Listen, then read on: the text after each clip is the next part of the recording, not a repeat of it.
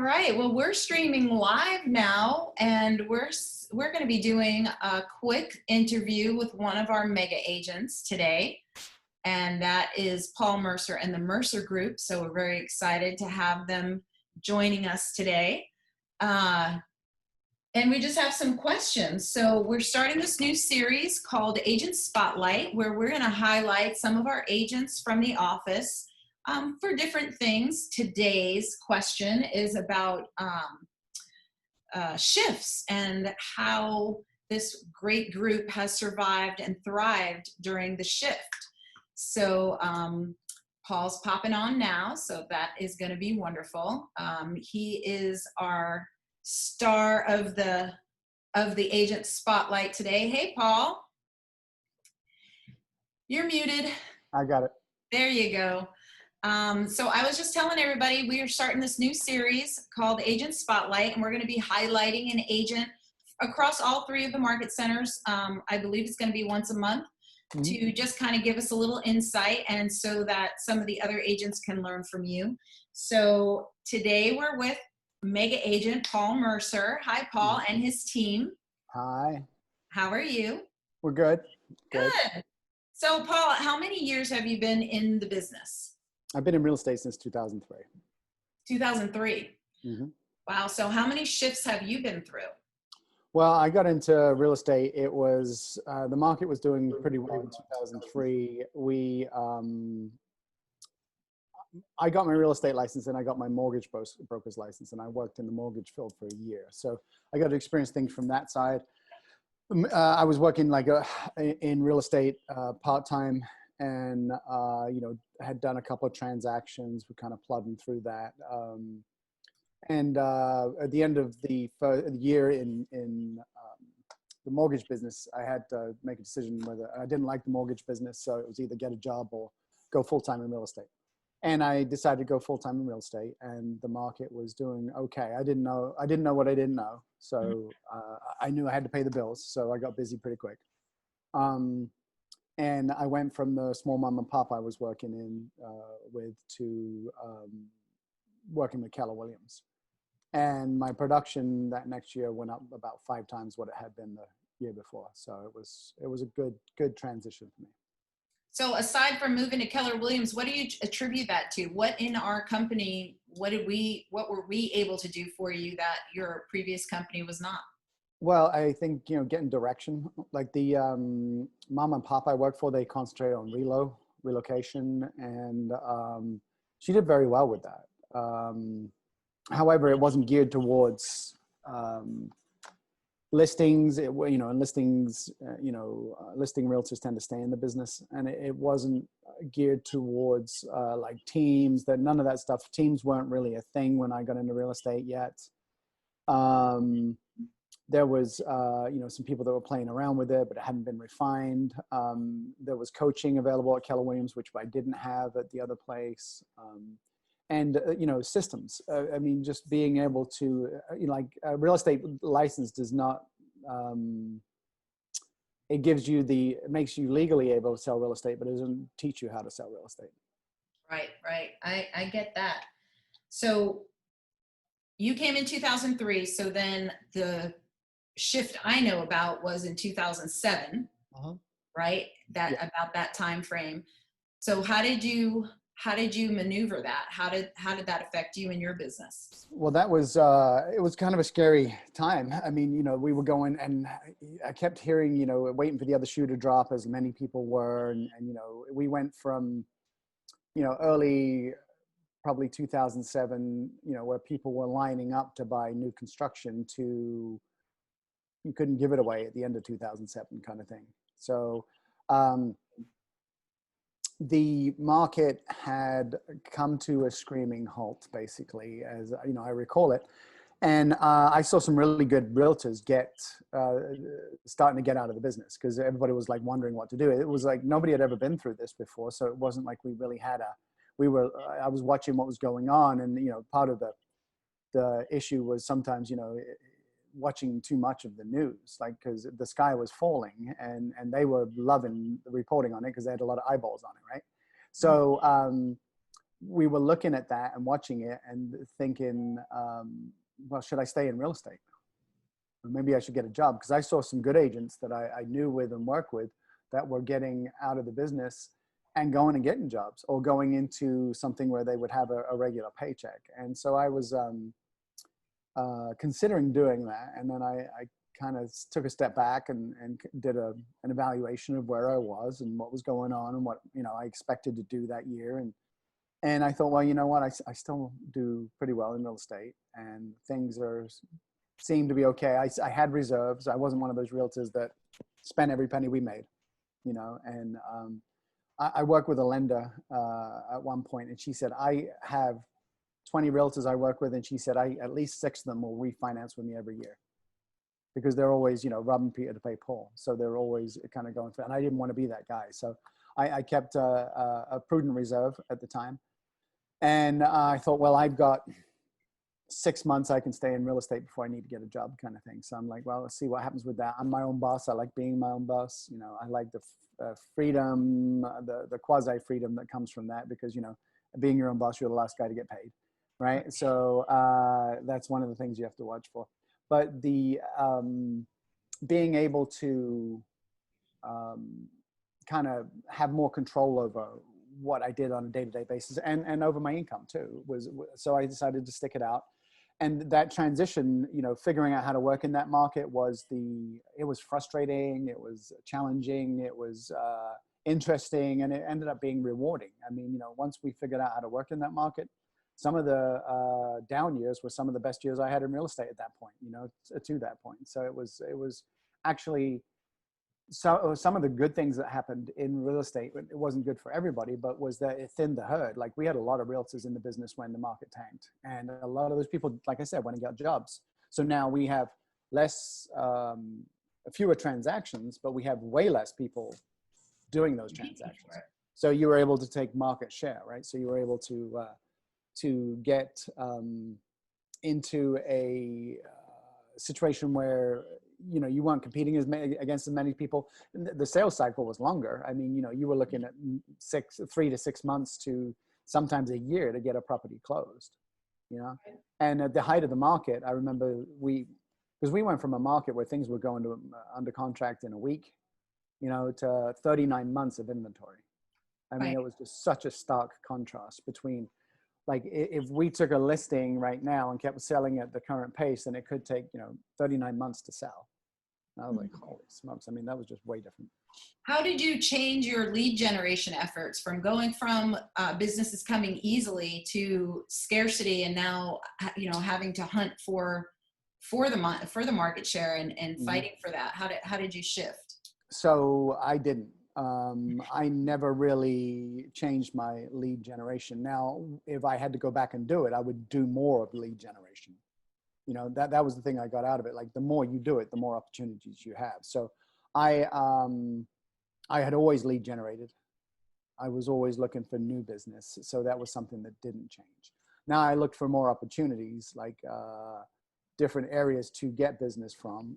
There's always the market of the moment that goes along with the regular. And I didn't want to be all REO or all short sales and stuff like that. I wanted to still do general real estate, because I knew that was always going to be the real market, you know, kind of thing, even though it wasn't the majority of the market at that time. So, you know, continued to prospect for those sellers was really the key, and working with buyers. Like, we never had a shortage of buyers. As far as I can remember, there was always people that wanted to buy real estate. There just was so much, like, we had buyers that would go into contract on one thing and say, oh, well, what about this one? I like this one better. And they want to hop from one to another. So keeping them engaged when it takes, you know, 90 days to 180 days to get the contract closed. I mean, the market's changed probably 2 or 3 times in that time period. So then they were like, well, do I really want to close on this?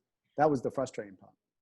Right. So now we're in a shift now, and it's a different kind of shift. But before we get into what you're doing differently for this shift, let me ask you, Paul, how long were you a single agent until you created your team, the Mercer Group?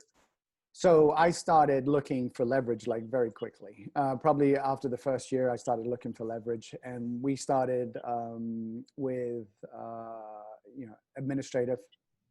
And then I reinvented the wheel and kept doing it wrong, kept hiring the wrong, not only the wrong people, but the wrong type of people for the roles.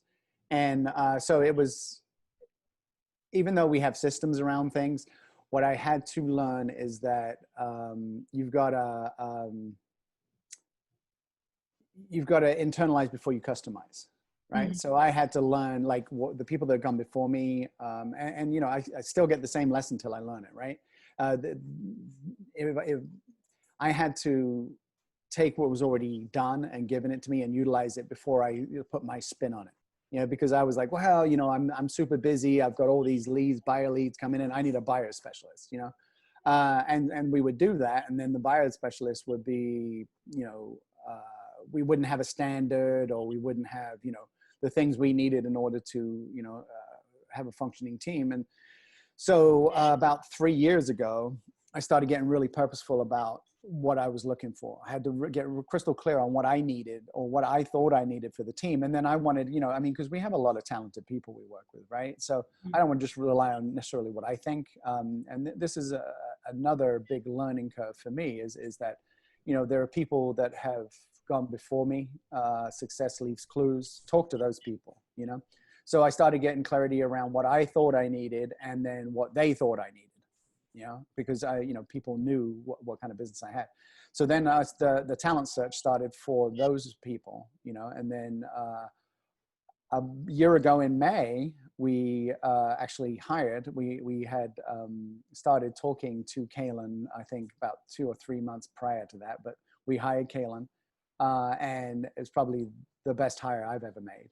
You know, she is definitely quality, and it's great to work with talent. It gives you a whole new perspective on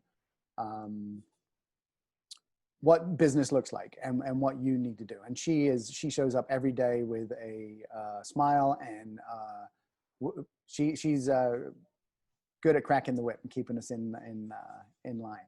She doesn't actually crack the whip. She's like they call Mo the Velvet Hammer. Like Kaylin is our Velvet Hammer. Right, Right. right. And so you use the process that we have for Yeah. hiring talent, CV, and there we go. And Yeah. Caden's the result of that. And we went all the way through it. And the interesting part about that, because I had kind of done it piecemeal before, is that going all the way through it, then you start to see the patterns show up. And I started to see patterns show up, and I was like, wow, this could be a really great hire from us. And the similar with Clive. I mean, you know, it's just working with talent. He's a sponge. He is always looking to learn and get better at what he does. And he, you know, I mean, I hear from our clients, like the compliments I get on Kaylin and Clive, and on Tammy, our transaction coordinator, are just, I mean, they always make me feel like, geez, you know, I'm so lucky to be in business with these people. That's awesome. So let me ask you, from the last shift and this shift, how do you see this shift different? I don't see the shift at the moment. I mean, we've been talking about shift for like 3 or 4 years, right? So what I see is shifting to a tighter market. Like the biggest problem we have is lack of inventory, right? We need more listings. So not that it couldn't swing back the other way. And, you know, the interesting part, and I think Gary talks about it in shift, is like the shift is like a pendulum, right? There's an equal and opposite reaction to every action, but when it swings through the shift from a buyer's market to seller's market, it's very quickly, right? It'll happen within, you know, 30 days, 60 days kind of thing. This is one of the reasons we track daily active pendings and solds. Because when you start, like Monday always seems to be a disparaging day. Like it's just like, there's just not a lot, you know, so people are really not doing a lot over the weekends, but we don't look at Saturday and Sunday. We're looking at Monday through Friday too. So when days on market is, because when we were heading into this market last time, I kept looking at the builders, right? And everybody seemed to be looking towards the builders and thinking, geez, these guys got hundreds of millions of dollars in the market. They'll slow first, they'll make the right moves and stuff. And that's the way I was viewing it. But really the telltale is the days on market. As days in market start to tick up, right? I mean, you know, price and condition are two things that get homes sold. If you have it well priced in good condition, then it shouldn't be on the market very long. If it starts to stay on the market longer than you expect, then is it a pricing issue or is it a market issue kind of thing? So days on market are kind of what I'm looking to, what we look for daily to see where the market's taken us. You know, there were, was it 7 million people that missed their mortgage payments last month? Mhm. So, I mean, that could show up, but it's going to be 9 to 12 months before we start seeing that inventory, I think. Now there will be a bunch of people, like my coach told me recently, like a third of the people in my database went behind on their mortgage and weren't able to catch up. So that's what the numbers that the economists are giving them. So that's what we're looking at. You got to work within the current market, but be planning for the market you're going to work in. Right. So how are you thriving in this market? Because I'm looking at your business and I don't see it going down. Mhm. So how are you thriving in this market? What are you doing? So we are doing when we first went home, it was a big challenge for me because I worked from home before, and this is why I've always officed in the office, because I feel like if I'm in the environment, it's good for me. So I was really worried. I mean, we have a young team, and we're growing, and we're in production, and all of a sudden we go home not knowing what to expect. I mean, I didn't even know that real estate in Florida was essential at the time, and most people didn't. Turns out housing is, which is good for us, right? So we I thought we'd be at home for 30 days or so and back in the office, and okay, so last month sucked, well, let's just get it together and move on. And turns out that it's been 5 months, right? And having to transition from going on listing appointments to doing Zoom listing appointments was a little nerve-wracking, and utilizing some of the technology at first. But I mean, there's always opportunity and reward, I think, in changing what you do, because you don't know what to do, right? So you just go do it, right? And if you do it and it's successful, you're like, holy cow, maybe it could work this way. So it's actually saved a lot of time with that. So we are doing the same things we did when we were in the office. I mean, we have added a few things, more accountability, I think, and Kaylin can definitely chat with you more about that if you'd like. But we get on the 8 o'clock James Shore call, which I'm thankful for. He does a great job doing the shift and all that kind of good stuff. Then we have a 15, 20-minute-ish call with the team, like script and role play. What are we going to do that day? That kind of stuff. And then we have we try and jump on the market center call because obviously we want to protect and promote our market center. And then we get into lead Love gen. seeing you on that call too. Yeah, no, we appreciate you guys for doing it. And then we get into lead generation, and then we stop lead generating around 11:45, and we have a 15-minute like wrap up call. It's supposed to be 15 minutes, but sometimes I talk too much. And Kaylin will tell you. So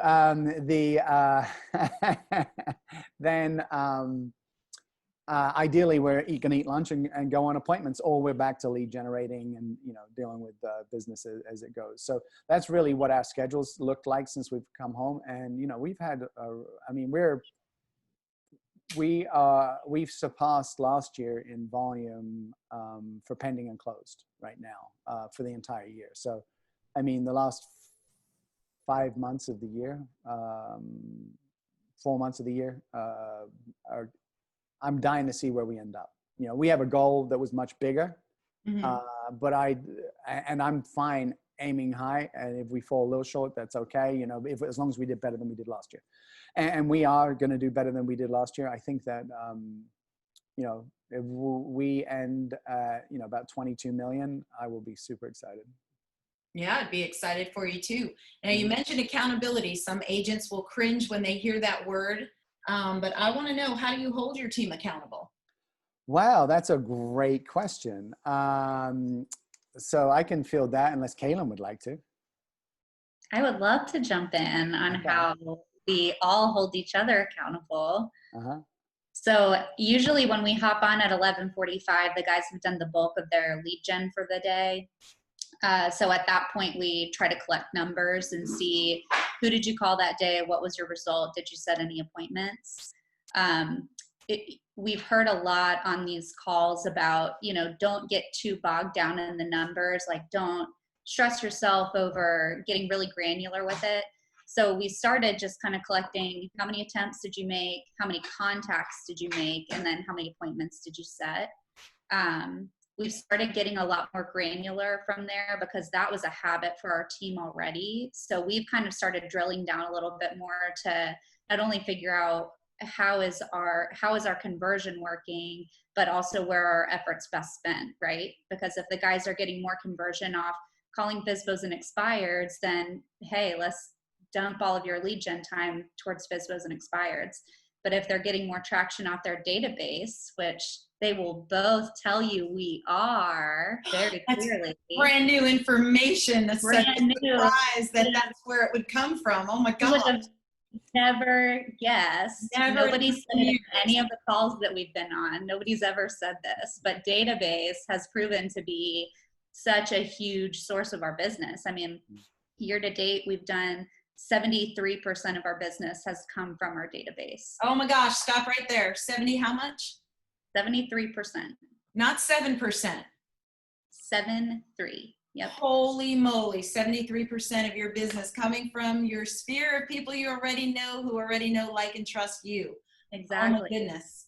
And that's what I tell, we talk about that all the time. Like, these are not cold calls that you're having to make. These are people that you're calling just to check in and say, hey, how's it going? And we have one past client that came to us to sell a second home that he had. We got that sold for him really quickly. He has since referred 2 people to us.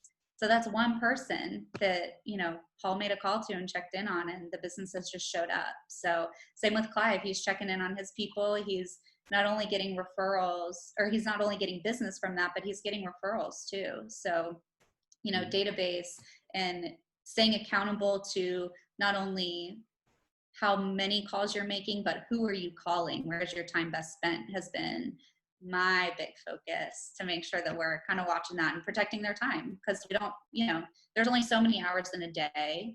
And if you're going to use those hours wisely, you should be tracking where your business is coming from. Right. And we talked in the morning a couple of times about whether you're spending time or investing time. Exactly. And we want to make sure we're investing our time doing the right things. Now, Paul, I remember hearing you tell a story a couple of years ago about money that was left on the table from not contacting your database. So I'm so happy to see that you learned your lesson, and now learning.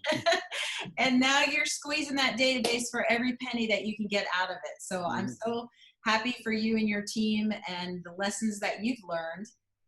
That's awesome. I'd like to ask you also, what would you say to the agents that are out there waiting for things to get back to normal? What is your advice for those agents? Well, they are normal. I mean, this is it, right? I mean, whatever market you're working in is the normal market. If you're waiting for the market to change, don't hold your breath. I mean, we at Keller Williams have been talking about a shift in market for about 4 years.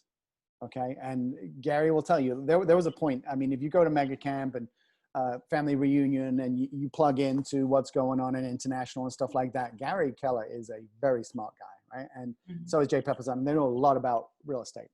Well, Gary and Jay were talking a couple of years ago, I think it was at Mega Camp, about it was 2017, because I remember the slide. How the 40-year trend line, this is the 40-year purchase of real estate, and they track it over 40 years, and that's the average. Well, back in 2007, the trend line dropped, right? So it was below, I think it was 10 or 15% below what the 40-year trend line had been to that point. And it had gone on for 3, 4, 5, 6 years at below the trend line. And they were like, well, this is maybe just the new normal, where we need to be. Well, all of a sudden the market now changes and we're in a busier market. Well, we've been in, the bottom of our market was 2010, right? So we're 2020. So we're 10 years into like a bull market, if you would. The market generally transitions every 7 years. So we're way overdue for a transition. So it could happen very quickly, right? So you want to be prepared for that. But at the same time, the market is still doing really well. Rates are at historic lows. People are buying. People are moving. People are moving out of the Northeast. They're moving out of areas that are high population areas. And Florida has been attracting a lot of people for a long time. So we are in a great position to be able to capitalize on that. So I will say that, if you're waiting for the market to change, don't. If you want to stay in real estate, if you want to go do something else, that's fine. And I'm okay with that too. All right, Paul, I have one other question for you, Mhm. because this has been quite a transition for all of us. Mhm. Zoom is a new way of life. We were talking in the morning about having Zoom butt and Zoom fatigue and everything else that comes with Zoom.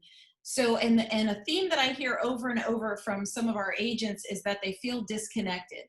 Yet I see you guys every day, and you come to the team meetings and you are engaged. And so what is your advice to our agents out there who are feeling disconnected? What would you say to them to help them get out of the funk? That's a great question. Clive, do you have anything on that? You're muted. You're muted. Yeah, so start by showing up on the 8 o'clock call. You have and 8:30 call. It will engage you right away, Mhm. and it will start your day. You know, getting started is the toughest part. Absolutely. So there's 8 o'clock and 8:30. Absolutely. I would agree with that 100%. So what I've come to realize, and we've heard it for years, is your day starts the night before. Right. So, you know, if you look at your calendar, which Kaylin helps me with, right, to make sure that I know what's going on the following day, so I'm prepared for it. But, you know, it goes, you know, knowing what I'm going to do the following day, knowing, going to bed on time, getting up on time. You know, for me, you know, on time is 5:30. You know, if I get up at 5:30 and I work out, I mean, I'm already having a good day, right, before I get on my first call. And then get on that call and you know, plan. We have a lot of resources. Like, you know, we have stuff like, obviously we have stuff at the team level. If you don't have a team, then get a peer partner that you can have a call with, you know, and be accountable to one another. Then, you know, we have stuff at the market center level, right? So we have a market center call. Then we've got a region. We got the regional support, and then we have KWRI. So there is a lot of support.